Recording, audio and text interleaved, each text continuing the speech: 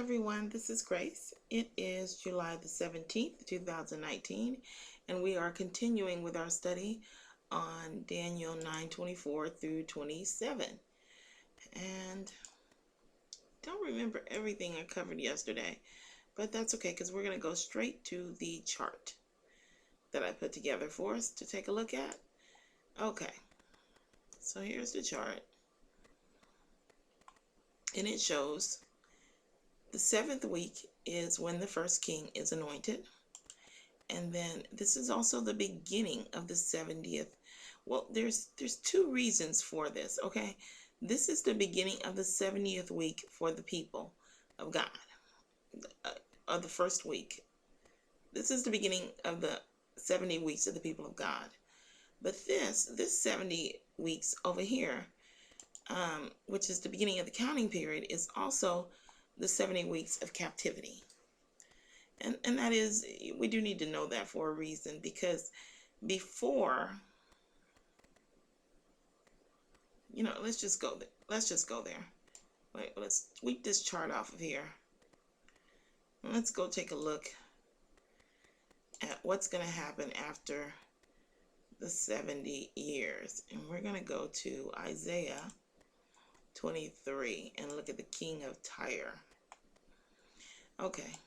Isaiah 23, the burden of Tyre, howl ye ships of Tarshish, for it is laid waste, so that there is no house, no entering in. From the land of Chittim it is revealed to them. Be still, ye inhabitants of the isle, thou whom the merchants of Zidon that pass over the sea have replenished, and by great waters the seed of Sihor, the harvest of the river, is her revenue, and she is a mart of nations. Be thou ashamed, O Zidon, for the sea hath spoken, even the strength of the sea, saying, I travail not, nor bring forth children, neither do I nourish up young men, nor bring up virgins. At the report concerning Egypt, so shall they be sorely pained at the report of Tyre. Pass ye over to Tarshish, howl ye inhabitants of the isle. Is this your joyous city, whose iniquity is of ancient days? Her own feet shall carry her afar off to sojourn. Who has taken his counsel against Tyre, the crowning city, whose merchants are princes, whose traffickers are the honorable of the earth? The Lord of hosts has purposed it, to stain the pride of all glory, and to bring in contempt all the honorable of the earth. Pass through thy land as a river, O daughter of Tarshish. There is no more strength. He stretches out his hand over the sea. He shook the kingdoms. The Lord hath given a commandment against the merchant city, to destroy the strongholds thereof. And he said, Thou shalt no more rejoice, O thou oppressed virgin daughter of Zidon. Arise, pass over to Chittim. There also shalt thou have no rest. Behold, the land of the Chaldeans, this people, was not till the Assyrian founded it for them that dwell in the wilderness. They set up the towers thereof. They raised up the palaces thereof, and he brought it to ruin. How ye ships of Tarshish, for thy strength. How ye ships of Tarshish, for your strength is laid waste. And it shall come to pass in that day that Tarshish shall be forgotten 70 years. So we just read that Tyre shall be forgotten 70 years. We just read the destruction of Tyre, and it's going to be laid waste, and it's going to be forgotten 70 years. And then what happens after 70 years? According to the days of one, and it shall come to pass in that day that Tyre shall be forgotten 70 years, according to the days of one king. After the end of 70 years shall Tyre sing as an harlot. Take a harp, go about the city, thou harlot, that hast been forgotten. Make sweet melodies, sing many songs, that thou mayest be remembered. And it shall come to pass at the end of 70 years that the Lord will visit Tyre, and she shall turn to her hire, and shall commit fornication with all the kingdoms of the world upon the face of the earth. We know that's the last king. It gives the same description each time. They're going to commit fornication with all the kingdoms of the world. And her merchandise and her hire shall be holiness unto the Lord. It shall not be treasured nor laid up, for her merchandise shall be for them that dwell before the Lord, to eat sufficiently and for durable clothing. Well, after her reign, then comes the gathering. We'll take a look at that too. Let's take a look at what happens. Wait a minute. I don't want to jump ahead of myself.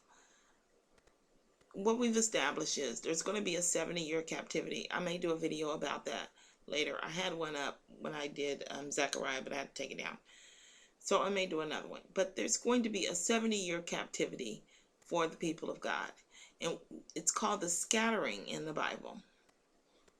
And yeah, we'll just take a look at it. We'll take a look at Daniel 12. Okay. Now, we might as well go to Daniel 11 and take a look at the last beast too. Do some sort of order here. Now,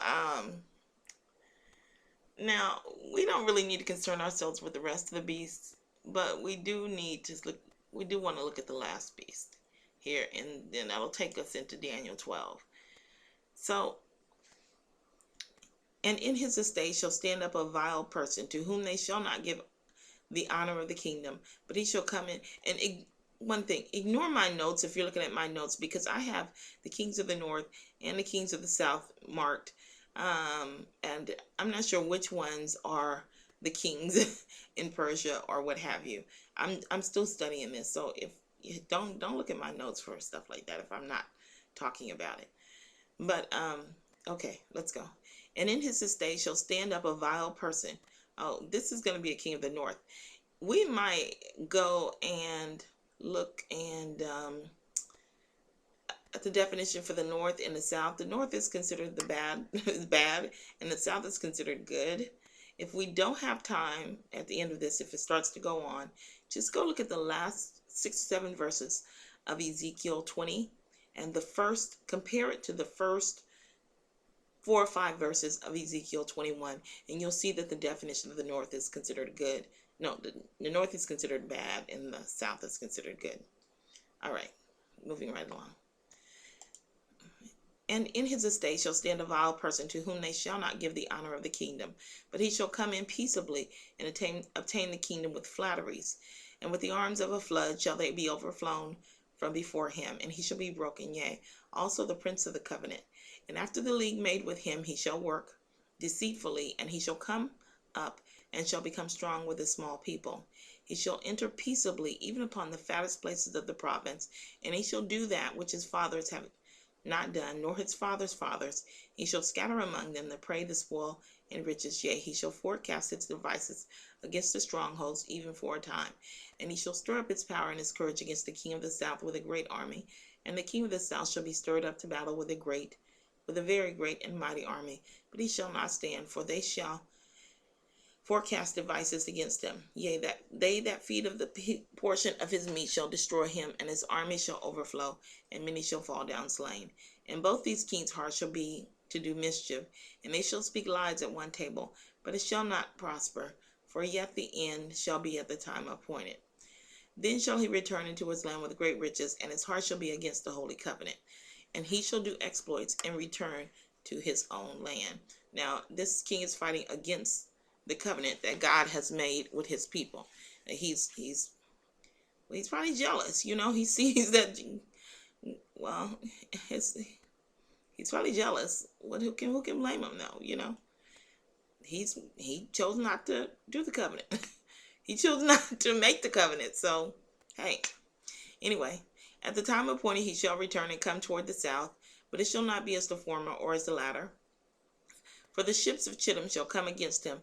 Therefore he shall be grieved in return, and have indignation against the holy covenant. So shall he do. He shall even return and have intelligence with them that forsake the holy covenant. And arms shall stand on his part. And when it says arms shall stand, that's the armies, the laws, the government. Government has the army. And arms shall stand on his part, and they shall pollute the sanctuary of strength, and shall take away the daily sacrifice, and they shall place the abomination that maketh desolate. We know for certain this is the final anointed one, or the final king that's spoken of in Daniel 9, because it's his abomination that's going to set up the abomination that maketh desolate. Arms can be the police also. The arms, it's the law and the armies. Okay? And such as do wickedly against the covenant shall he corrupt by flatteries. But the people that do know their God shall be strong and do exploits. I don't know why I marked that. Um, I'm sorry, I don't know why I marked that at all. I need to change that. And they that understand among the people shall instruct many, yet they shall fall by the sword, and by the flame, and by captivity, and by spoil many days. Now when they shall fall, they shall be holpen with a little help, but many shall cleave to them with flatteries. And some of them of understanding shall fall, to try them and purge them, and to make them white, even to the time of the end, because it is yet for a time appointed. And the king shall do according to his will, and he shall exalt himself and magnify himself above every god, and shall speak marvelous thing against the gods of gods, and shall prosper till the indignation be accomplished. For that is determined shall be done. We also read that in Daniel 9, that this is the last one that's going to reign until what we will see in Daniel 12, the gathering. This is the scattering, and it's going to show us that in Daniel 12. Neither shall he regard the God of his fathers, nor the desire of woman, nor regard any God, for he shall magnify himself above all. But in his estate shall he honor the God of forces, and a God whom his fathers knew not shall he honor with gold and silver, and with precious stones and pleasant things. Thus shall he do in the most strongholds, with a strange God, whom he shall acknowledge and increase with glory, and he shall cause him to rule over many, and shall divide the land for gain. And at the time of the end shall the king of the south push at him, and the king of the north shall come against him like a whirlwind, with chariots, with horsemen, and with many ships, and he shall enter into the countries, and shall overflow and pass over. So now he's the king of the north as well, but now both the north and the south are against them. So the good and the bad are against this king here. He shall enter also into the glorious land, and many countries shall be overthrown, but these shall escape out of his hand, even Edom and Moab, and the chief of the children of Ammon. He shall stretch forth his hand also upon the countries, and the land of Egypt shall not escape, but he shall have power over the treasures of gold. We don't really need this, but we'll read it because it's close to chapter 12.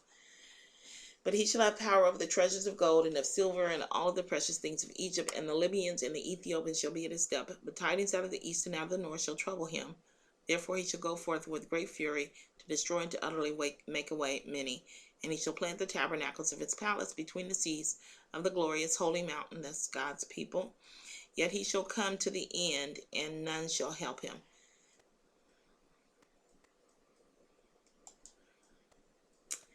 And at that time shall Michael stand up, the great prince which standeth for the children of thy people. And there shall be a time of trouble, such as never was since there was a nation, even to that same time. The time of trouble, we know from Sister White, is similar to that of Revelation 11. They're going to make a law saying that it's okay to kill the children of God on a certain day. And that's the time of trouble. It's called Jacob's time of trouble. So that's the time of trouble that's spoken of here. So there's going to be a time of trouble, but Yahushua, Yahweh, they're going to save their people. There's no point in having the wicked live here unless they're people that need to be saved here. Why put them through such torment as to, all the suffering that's going on in this earth? We're here so that we can grow closer to God, so that we can see the horrible outlet of sin if it should run rampant, the chaos, and so that we can learn to hate sin. Because when the angels were in heaven, the angels were perfect. They were perfect. They had no problem understanding what good was. But when Satan came along and started lying, of course, that's like lying to a 5-year-old. They don't know you're lying because they've never heard a lie before. And so when Satan comes along and says God is wrong, no, we're all good, we're never going to do anything bad, blah, blah, blah. Well, they completely believed it. They had no reason to question it because they didn't know there was such a thing as a lie. So we're here so that we can see the horrible output of what would become if people were allowed to sin freely and to do the wicked things that come into their mind. And Yahweh says over and over, especially in Ezekiel, I didn't want this. And this didn't even come into my mind. Where is all of this wickedness coming from? I don't understand, over and over. And even when, what was the study we did where we were talking about? We just did a study where we were going to, where we went into Ezekiel 8, and we saw what brought on the last days, basically, all the wrath. And Yahweh said, do they even know what they're doing? They're doing such crazy stuff. Why do you have to go into the church of God to do this? You know what I'm saying? And he's just, his mind is blown, basically. Do they not know? Okay, I don't remember the exact wording. You'll have to watch the video. But anyway, so there's no need for the wicked to stay on this earth without the righteous. The earth is here. We're here they're here because of us, to show us the truth. We're not here for them. And so the Lord is going to save his people. He's not going to leave the earth without the righteous. There's no point in it. So they go through the time of trouble, and they are saved by Yahweh. And at that time, the people shall be delivered, is what it says. Everyone that is found written in the book. Then, this is where we see the resurrection of the dead, where Yahweh said that the people are going to see him coming, the wicked people. So the most righteous and the most wicked are resurrected, some to everlasting life, and some to shame and everlasting contempt. And they that be wise shall shine as the brightness of the firmament. And they that turn many to righteousness, this is turning. This is those that are turning many to righteousness at that time, as the stars forever and ever. Because this is the gathering. And let's just jump down there and take a look at where it says that. Now, you know what? Let's just read in order, so we won't have to read it twice. But thou, O Daniel, shut up the words and seal the books, even unto the time of the end. Many shall run to and fro, and knowledge shall be increased.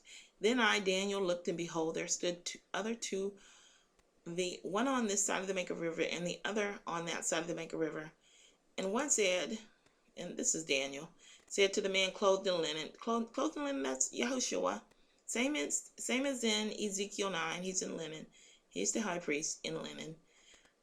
You see some imitation of the man in linen, but you should be able to fairly recognize the good from the bad. They make it known. But this is Yahushua. So the man said to the man clothed in linen, which was upon the waters of the river, how long shall it be to the end of these wonders? And I heard the man clothed, this right here proves to you that it's Yahweh. And I heard the man clothed, not Yahweh, Yahushua.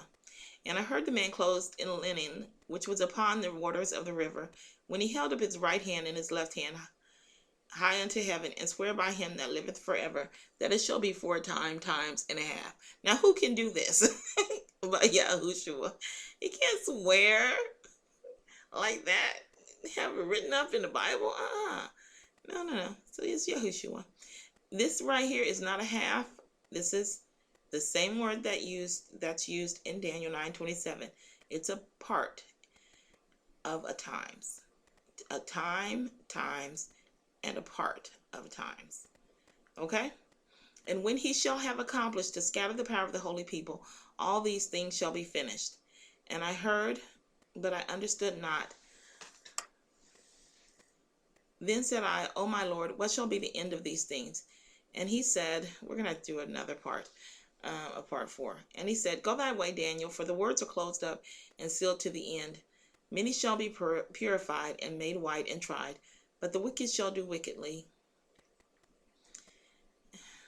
Yeah, we're going to do a part 4, sorry. And none of the wicked shall understand, but the wise shall understand.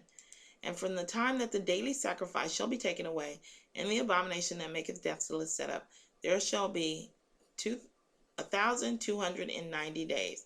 Now, we're going to use that number in our calculations when we look at the chart.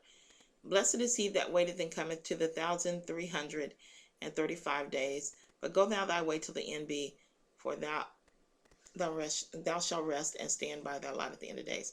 One thing I forgot to highlight, because I was noticing that we're going to have to do a part 4, is that he mentioned here that when he shall have accomplished to scatter the power of the holy people, all these things shall be finished. So it tells you this is the scattering. And then when we get here, after they've been delivered, then comes the gathering.